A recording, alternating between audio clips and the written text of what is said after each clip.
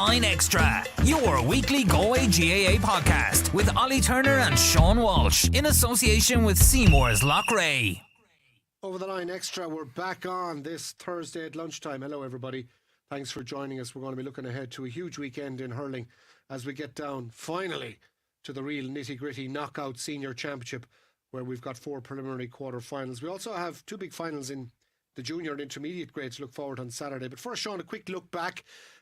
The most extraordinary Saturday I think we've ever had in Kenny Park. I had to laugh listening to Niall Canavan at one point where the final whistle went in the under-20A final at 20-7 on Saturday evening. Niall was in there before 1 o'clock setting up. Talk about a full day's work. 2 matches in the Senior Hurling Championship. We had Athenry and Ardrahan level at half-time, full-time, half-time, extra time, full-time, extra time, penalties. Same thing in the under-20A hurling. I mean, you couldn't make it up. You couldn't make it up, and like throw in the football quarterfinals as well. Was it 2 points was the biggest margin? 3 of them by a point as well.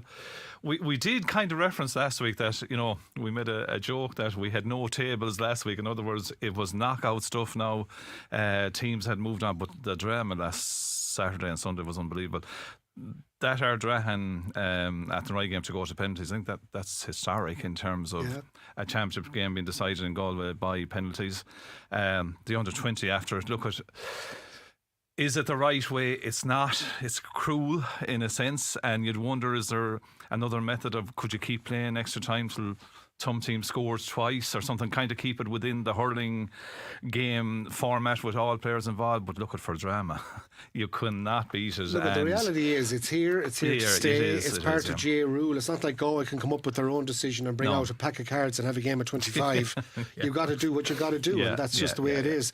The football was quite extraordinary as well. The fact that all those matches were so close, and yet we were kind of teeing up beforehand the potential that you could have 4 one-sided quarterfinals because of the way the groups are being, and we got the complete opposite. We did, and I think the lads on Monday night on Over the Line talked about nearly every one of the teams will have serious regrets now this week, because they were all in with a shout at various stages, and when you lose by a point, obviously everything's going to be looked at. But Mike Cullen, you know, Kergorvan nearly roughed them in at the end. Got them. St. Michael's nearly got down. Tuam Stars very unlucky, despite being 2 men down against Salthill Lochnacara, and Corofin will point to a late decision where Montpellier got a winner out of as well. But we have Montpellier, Moylaka and Mike Cullen in the semi-final, same as last year when Montpellier won and then went on and beat Corofin to win the championship. They're most people's favourites. But on the other side, you've got John O'Mahony and his Salthill Lochnacara team, and Anna Down, who bizarrely could be into a county final, having a couple of weeks ago, having had to win by 12 points on a Tuesday night in Ballinasloe just to stay in the competition. And losing their first 2 games, well, to the 2 big teams, in fairness, in their group. But like, as we said last week, this is what O'Mahony has been brought to Salthill for, you know, to get them over the line. And they did get over the line, you know. I think lost Rob Finnerty during the course of the game, but still got over the line. But for Annadown right now, as you say, James Healy's kick giving them the berth that keeps them alive. Well, they got a bit of luck with the quarter-final draw in itself. The fact that they got Michaels, and they could have had Corofin and a number of other tougher options, or group winners even, I should say. But for them now, there's a big opportunity as well. There is. We would have to reference as well the passing of John Mulholland, and of course his son Alan would have played and managed Salthill and been involved in that club, and is the current chairman. So we pass on our sympathies to all the Mulholland family as well at this sad time as well. The intermediates as well, a quick word on Damore McHale's against Kilconnelly. We now know that's going to be in Tuam Stadium on Saturday week at 4 o'clock. So lots to look forward to next week in football, but we got to get into the meat of the weekend, and we're going to dive straight into the intermediate final, because this is a big game. It's a derby game. There'll be no love lost between Mealy Kirkcourt and Killimer. They're meeting again for Killimer. We talked about their mission, having lost out in the county final last year. And these 2 sides have been on a collision course since the start of the Intermediate Championship. So let's bring in Cyril Donnellan, a man from Pierce's who know all about these 2 clubs over the years and the kind of rivalry we're talking about. And the prize at stake, Cyril, as well, because this Intermediate final, it carries so much pressure because of what's at the end of it. Absolutely. Good afternoon, lads. Thanks for having me on. Yeah, it is a game I'm really looking forward to. I suppose the local rivalry, and we would have seen the 2 semi-finals that day in Athenry. You would dare to say it before the games. I have 2 of them gone through. It'll be set for a great final. In Ballinasloe as well, I think it's going to bring an extra crowd near to both club and near to both parishes. And it'll be interesting to see, will nerves take hold of the game with the local rivalry involved, or what we're going to see in Ballinasloe on Saturday. The danger is, of course, the occasion. You talked about the nerves, the atmosphere. Everyone is going to be so hyped for this. This will take a bit of refereeing now. This will take a bit of managing this county final. It will. And like the other thing as well, I think for both the teams, first thing we have to say is, and we'll be showing the two teams from the semi-final stage a little bit later on, but Niall Fleming, first of all, and Cyril was with us on Commentary Juices in Athenry. That semi-final day, it was a great day in Kenny Park and Athenry. The two teams got through, but Niall Fleming's last, to see any player leaving a hurling pitch or a football pitch in an ambulance is a worrying situation.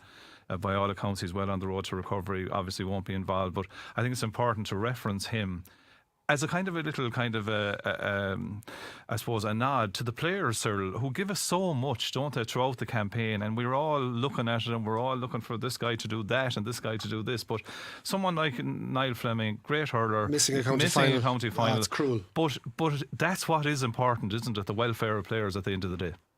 Yeah, and I think there was, you can correct me on this, Sean, now, I'd say there was about 6 or 7 pints between the teams when the injury happened. Niall Fleming was having a very good game. He charged about 20 or 25 yards to get a block down that was going to be a ball put over the bar from Killeen, the wing forward from Rahon Newcastle. Got caught on the swing and got injured, but the sheer effort to get across the pitch to get him that block down shows what Aircourt were about on the day. And obviously, the game finished fairly tight as a result, but the long break in play, seeing a player down injured, they have siblings on the team, that would have had an effect on whether they were trying to G themselves up and get them going again or not. So, Aircourt were very much in control of that game. Clymer would be absolutely delighted with their semi-final performance. But it was a very polished performance by them, and it's often what you don't get into a final, and they need to be careful they don't sit themselves in a false sense of security of that level of performance. It was so balanced across the pitch. It wasn't a number of players that carried them, but across a number of lines, they were extremely strong. They changed their way tactically halfway through in the second half, ended up with a two-man full forward line, and they seemed very smart. Like when I say polished, I mean, and on the line as well. They were very clued in what they wanted, the type of game they wanted. And Ballinasloe is a different pitch to Athenry, and we're also 3 weeks down the road, or a couple of more weeks down the road. I think the quality of hurling will not be what we've seen over the last few weeks, and we've seen very good quality of hurling over the last few weeks. But we will see excitement like what we've seen last weekend in Athenry. We'll see huge levels of excitement in both the junior and intermediate finals in Ballinasloe the weekend. Yeah, we're going to bring up the two teams now, Cyril, and pick our way through it, because we're seeing as well, Sean, weather-wise, the forecast is poor. Yeah. So straight away, I'm going to draw you into the free takers and to the ball strikers, the goalkeepers, the people that will be on the ball most and will have the most influence in what might be a lower scoring intermediate final than perhaps we would have anticipated, as Cyril suggested a few weeks ago when the weather was really good. Yeah, and look at, what we saw the last day. James Downey, I think he had 10 points in that semi-final win. Lee McDermott on the other wing was very impressive, not from play, Cyril hitting 5 points. But I think the thing that caught us in the first game was Owen McAvoy gave a demonstration, didn't he, of place ball accuracy in that opening game for Clymer, Cyril. I think, was it a free at the end that he mishit? He had a perfect record up to that. But when you look at the two teams, there's so much talent. As you said, the two-man inside line for Clymer worked well. Andy Keary and Jack O'Mara were very handy in there. We saw Nathan Erner having a fair influence as well for Meelick Aircourt.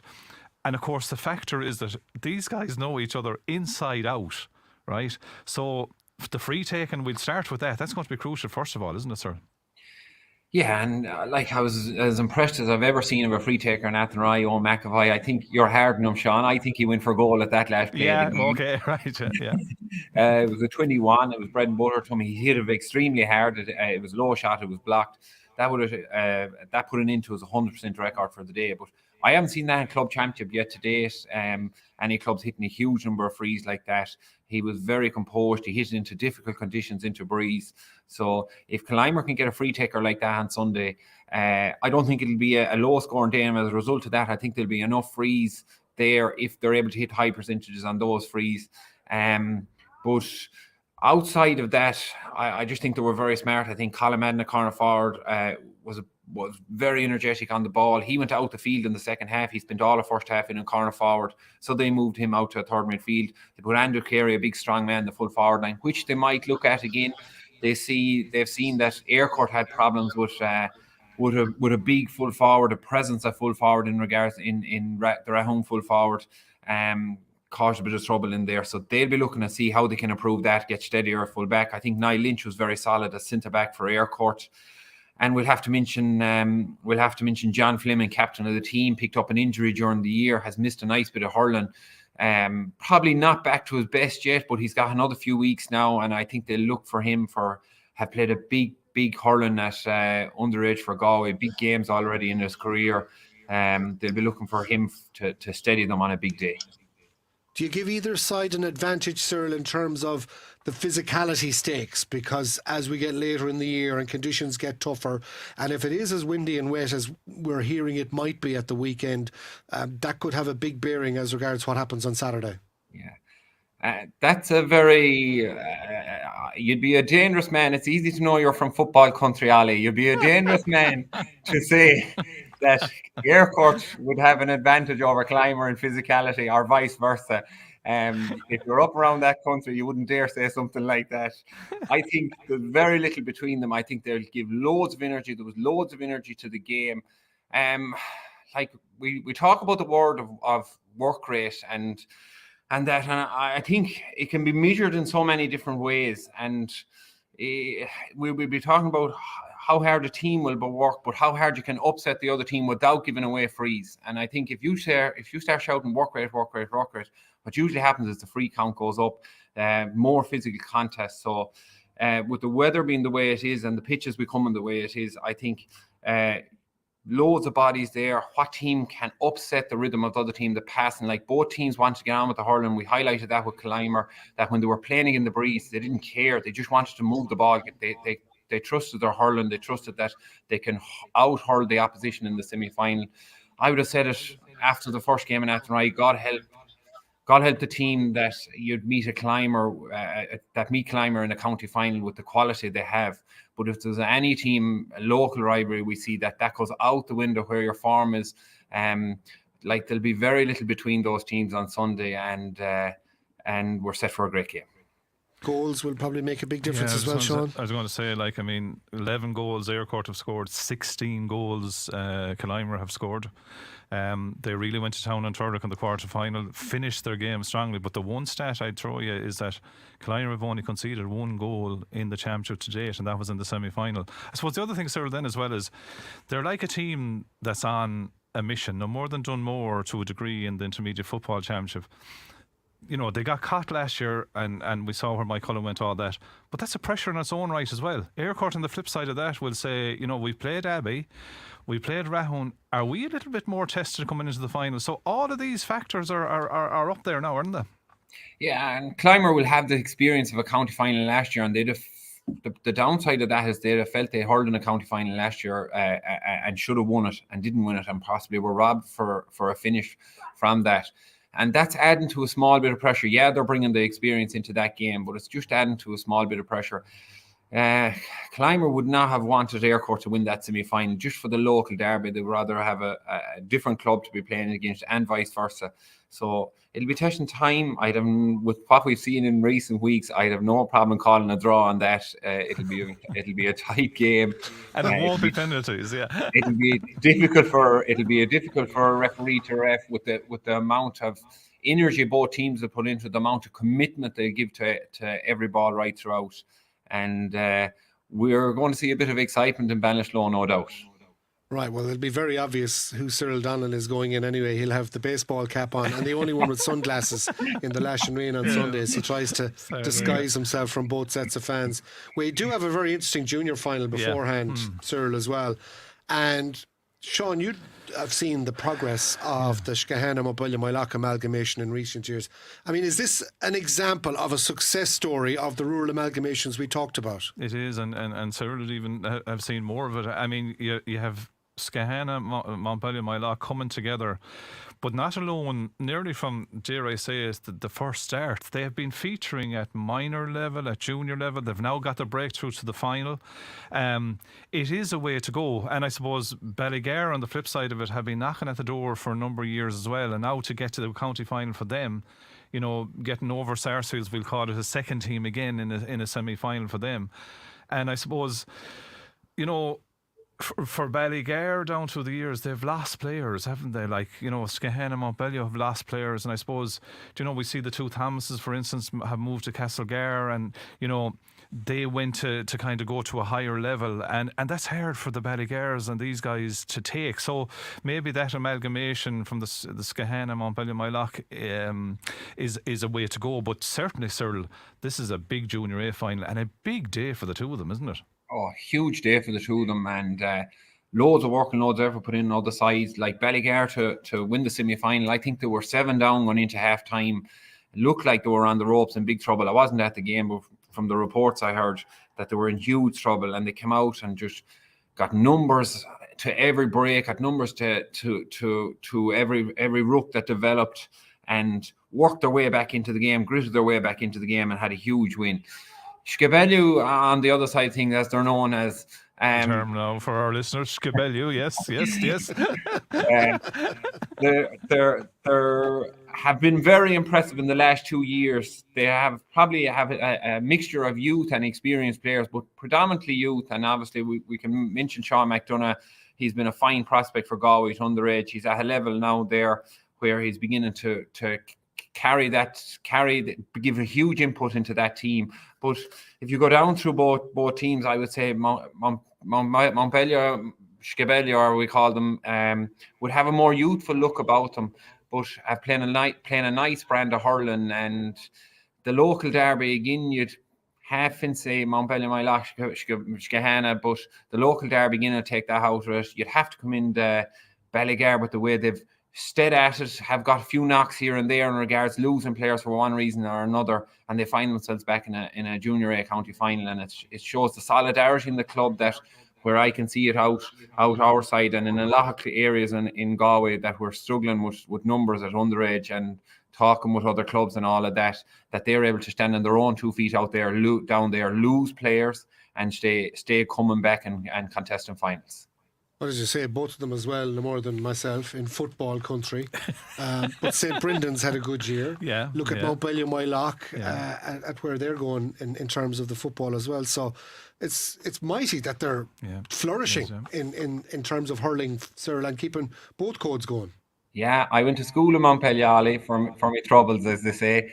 I would have mixed with Newbridge. I would have mixed with Skahana, Montbellion, Mylock, and you've it harder than any time you're tattling with them boys on any given day. So best of luck to both teams on it's a great double header Saturday in Ballinasloe. Right down again, John, that didn't call the second game. When you write that I down. know, yeah. Why do we get him on again? I don't know.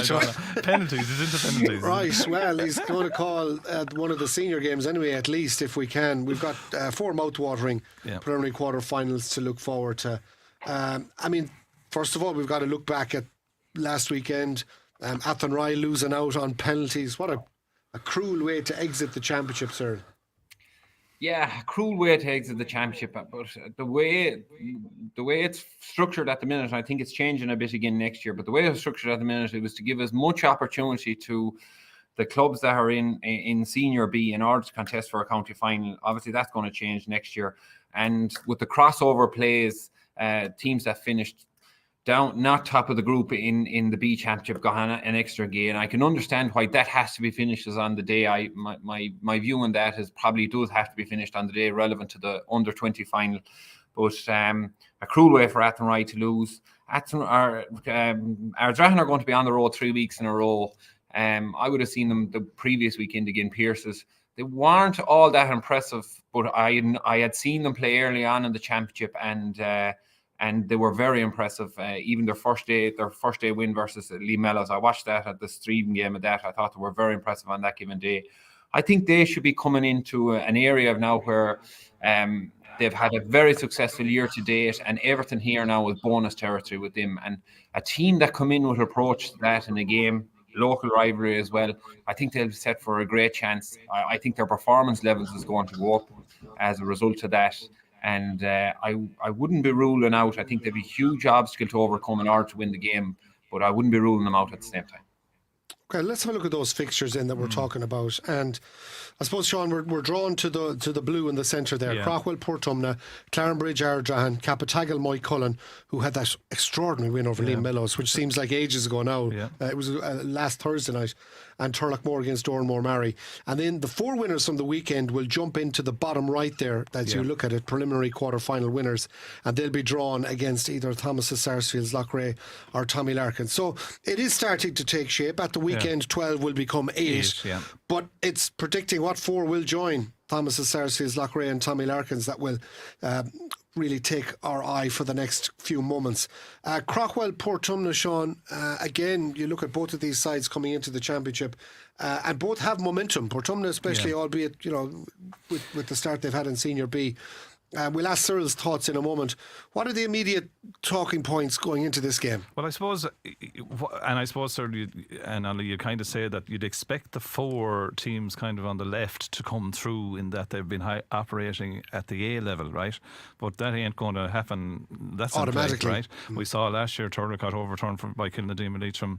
Portumna came within a point of Gart, if my memory serves me correctly. But Craughwell, Portumna, for start, like Portumna's big game was the Meadows game. For 2 reasons. Number one, they topped the group, they got them to this stage, but they also acquired the Senior A status for next year.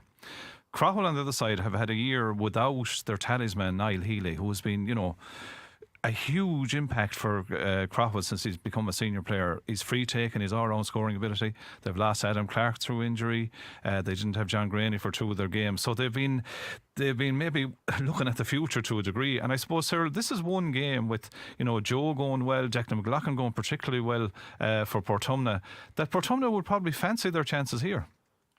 Yeah, and last year, if you bring back Portumna, and we know how successful they are as a hurling club, one of the most successful in Galway, if not the most successful in Galway in regards to All Ireland's and county titles. 18 months ago or last year, you would have said they're under pressure as a club, that they've taken their eye off the ball. They're an aging team, like the amount of players they would have had over 30 on their starting lineup, and you were saying that's a huge rebuild job needed there. And now we see them after winning a title at under 20, introducing 6. I think they've 6 under 20s in that starting team, and they're getting a brilliant blend and a brilliant energy of youth amongst them young hurlers. There's some fine hurlers there at that age group, and then you have got your experience of Joe Canning and other players.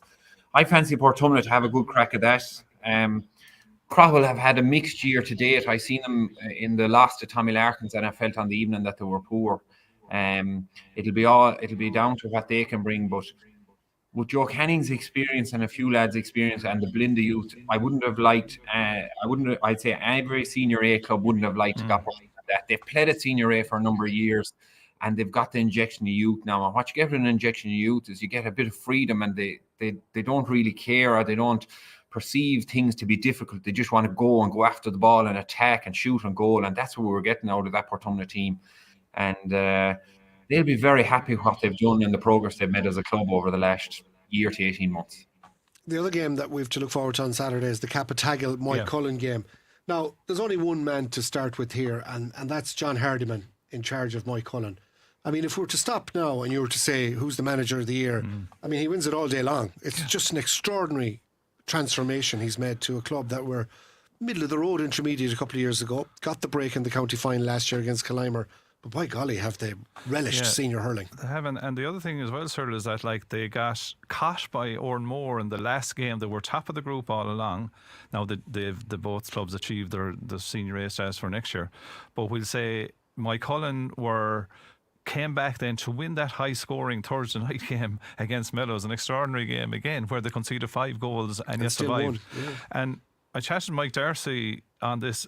It's 1972 since Moycullen have played a knockout senior hurling championship game. That's 50 years ago, right? So this is unbelievable territory for a club that are also, seriously in the football championship as well. Now, I know that there isn't too many dual players, but like that's phenomenal. And I'm not taking away from Capitagal here, but my Cullen are the story. Cappy on the flip side will say, listen, we need to win this, get into a quarter final, and keep our own hopes alive. Yeah, and it's mad to think that it's 50 years with that stat. I hadn't heard it already. And to be honest, knowing John Hardiman and the type of person he is and the coach he is, he'll be disappointed if he doesn't get something out of that game, and which they'll go into as probably huge underdogs. But the story is in the sense that the setback I was getting live updates of the game I wasn't at the game in Ballinasloe. I was getting live updates of Lee Mellors and Mike Cullen. And you would have felt that at different stages that the Mellors were going to pull away. They stayed rooted every time they got a hammer blow at a goal. They came back with a reaction. And what I see there, what I'm beginning to see is you have a team that's in belief of the management and belief of what they're doing. And it doesn't matter what obstacle is coming in front of them, they're going to confront it. And Mike Cullen will be a difficult team to hurl against. They always and ever were that way. They were always very, very physical, very in your face. And they'll give Cappy plenty of it. Now, Capitagal have a very experienced players. They've played in numerous knockout games, county semi-finals, county quarter-finals. So I would feel that Capitagal should have enough in their armoury for that when dealing with that. That'll be high-pressure hurling as well. They've had loads of experience of that high-pressure hurling over the years, whereas Mike Cullen more so, if it's 50 years since he played in senior knockout, it'll be difficult to get them set for that. And there's no doubt about it, we can see between group stages and knockout stages in club hurling, we can see there's a huge difference into the pressure of the hurling when teams go 2 points up, 2 points down at that critical area in the second half. We see a lot of mistakes on both teams when that goes on, and it's just how Mike Cullen are going to deal with that pressurised hurling. We're on to Sunday's games as well. So Clarenbridge, Ardrahan getting through on penalties. They'll have the momentum, but it's a big ask to go out again after such a long match. 80 minutes plus, probably 90 minutes when you actually add it all in, and then the penalties. Huge amount of energy used up, Cyril, last weekend. How you come down from that within a week and come up again. It'll be a big one for them now to try and lift themselves, will it, against Clarenbridge? Yeah, it will. Now, Clarenbridge have to pick themselves up as well. They'll be very disappointed with their loss to St. Thomas's in the final group stages. They were in control of that game on a few occasions and probably felt they should have won it and done more. Got caught for a late goal as well. And they'll be kind of soul searching a bit as well, Clarenbridge. That's why I think they'll have enough time to bounce back. With Ardrahan being 3 weeks on the road, who said it's very difficult to do what they've done. They've had a very successful. They've guaranteed their senior A status for next year. They'll be playing in that championship. So I would be leaning towards Clarenbridge in this. I think they have to get learnings. They're not there yet in regards where they are as a team. They have to get learnings for the defeats or the draw even in Ballinasloe versus Sarsfields. It was a brilliant game as well. They have played quality hurling in the championship. And I don't think it really matters. It'll be just about have they the smarts to win games that they should be winning, and can they develop that over the next few weeks. The last of the games then on Sunday evening, and the draws, Sean, for the quarter-final will be straight after this game. The Turlockmore or Murray game. And we got caught last Saturday because we were advertising straight after the Ardrahan. Well, it was straight afterwards. But it was after extra time and penalties. It was about an hour later than advertised because of the nature of that match. But the quarter-final draw will be after this one. Turlock or Murray, Cyril, what do you make of this one? I haven't seen Oranmore yet this year. Obviously, I know an awful lot of their personnel and I've played against them over the years and seen them over the last number of years. I think with Turlockmore, their year has been a small bit inconsistent. I've seen them play a few times. I've seen them play in very good quality games. Like they've beaten the county champions, or a team that's going for 5 in a row. They've beaten them by 14 points. You would have to say if any team that's doing that are very strong contenders. But they've shown inconsistencies and they've gone out of games like I think it was a 7 or 8 points to no score. They started the last day against Sarsfields. They'll need to tidy that up. Those patches can't last to knockout games, can't last to that extent. It's all right, team getting 2 or 3 in a row, but huge difference like that. And I seen them in the defeat to Clarenbridge as well. But Clarenbridge were very good quality on the evening, and I think Turlock had a few injuries. Turlockmore will feel they'll have to get a performance performance under their belt in order to proceed to the next round. And I'd still be wary of Oranmore doing something. I think they're a club on the up. They've contested the county final minor last year. They contested in the county minor final this year again, Sean. I think they're at semi-finals. They're at the semi-finals were played last weekend. They won that. They were in a county under 14 final. They're doing an awful lot right at the minute as a club. They're very, very strong. They've good numbers, and they're on an upward curve. Whether we're going to see that into senior now, obviously they progressed in the last few years, but they're kind of stuck at a stage now. At the minute, are they going to go into knockout stages every year of the hurling championship, or are they just happy to be a senior club? We have one other game that we have to talk about, lads, before we wrap things up for this edition of Over the Line Extra. And I suppose it's the fixture that you don't want to be in, Cyril, and that's the senior relegation. We've seen them time and again over the years. It's such a tough place for clubs to be and to try and just accept their fate when it comes to it, but it is a long championship and you don't get involved in a relegation final without, dare I say, deserving to be. But for Teen Aberdeen and a Hascrafona, a very different pressure for this weekend, Cyril. Yeah, and I played in relegation. I played in relegation matches before. I was going to say it, but I wasn't going to say it. I played in one, and at the result of it, no team was put down, so it was a bit of a waste of a game. But there's one way of looking at it, is the sense that there'll be a positive end to the year for whoever team wins that, and there'll be very little clubs that will finish on a positive end, in the sense that it'll only really be if you're county champions or you've won a cup. If not, it's a disappointing end to the year. If you go into a relegation, you've obviously had a difficult year. You're in a position that you didn't want to be at the start of the year, but you can get brilliant energy out of the following year if you're able to come out of that. Both teams will be looking for that. What we see with relegation hurling is often pure stalemate. Bodies on the line, clubs on the line for a title, and the title is to remain your senior status, and both teams will bring that. Hascrafona have brought some very good performance to the championship to date, and they just won games. Like they've won games that if they put in that performance and bet, like I think they bet Mulla last game of the year with a brilliant performance. If they had that one early on in the year, if they had that 2 points on the board early on in the year, it would be a whole different scenario that they'd be in. Both teams would be disappointed there. Their ambitions would be above that, and it'd be a difficult one to call. It's even if you just look at it, lads, I think Hascrafona in their last 2 years, they've had 7 losses and 1 win in the championship. And that win, as you said, came against Mulla, which could be the crucial one because it was the last game. Teen Aberdeen are back in the relegation final for the second year in a row. Ballinderrian themselves it was a fair battle last year with Tina getting over the line, but they've had 5 losses this year. But going back to last year, they had 4 losses, a draw, and then won that relegation final. Do you know what I'm saying? So I think for Teen Aberdeen in particular, like, there's key losses. There's lads not playing, but say Paul Killian, for instance, Cyril, would be an obvious, part of a Galway plan. I know he went to England or whatever. Like, he's a big loss. Then for Hascrafona, and you were involved with them. I mean, the scale, the heights of winning the intermediate, going to Croke Park and that All-Ireland final. They have 2, maybe 3 of the best hurlers in the country, the 2 Manions and Sean Blaine. Any club would jump for them. So there's so much at stake here. As Ollie, as you built it up, this is the one game you don't want to be in. But as Cyril said, if you can get out of it, it sets it up. And I suppose the other thing now is that when you go down, there's a new structure coming next year. The 16 teams are in A. We have this kind of standalone A-ish team, Senior B, which we don't really know how that's going to work. And then you have the intermediate below it. So I suppose what I'm saying, Sarah, is for both these teams, they will not want to lose this game. No. Yeah, you might be dropping more than 1 grade. You might be dropping 1.5 or 2 grades, depending on how easy it is to get back up. Yeah. I mean, again, no more than we talked about the intermediate final.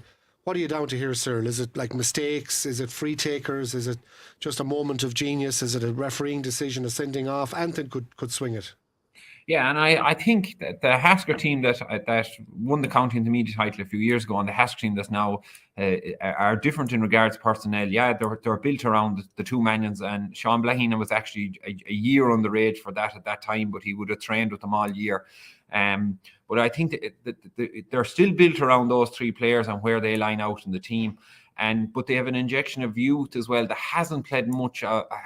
would have played much of the high intensity hurling at underage. We see that with our own club, and when you develop them into senior hurlers, it's tough for them to adapt and find a place within that.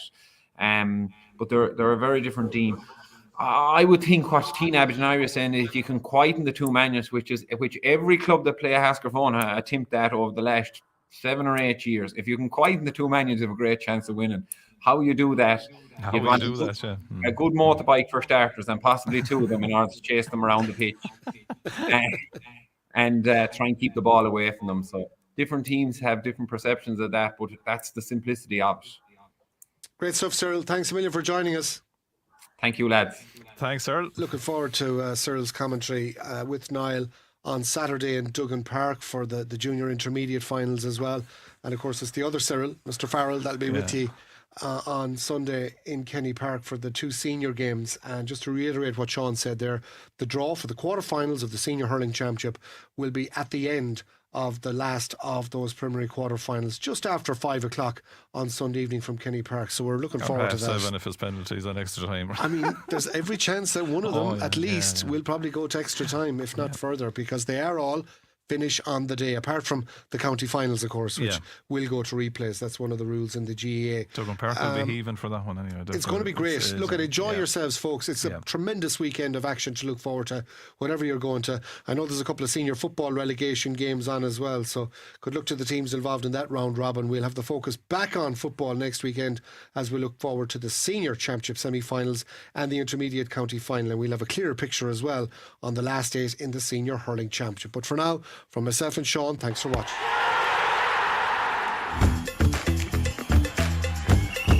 Over the Line Extra, your weekly Galway GAA podcast with Ollie Turner and Sean Walsh in association with Seymour.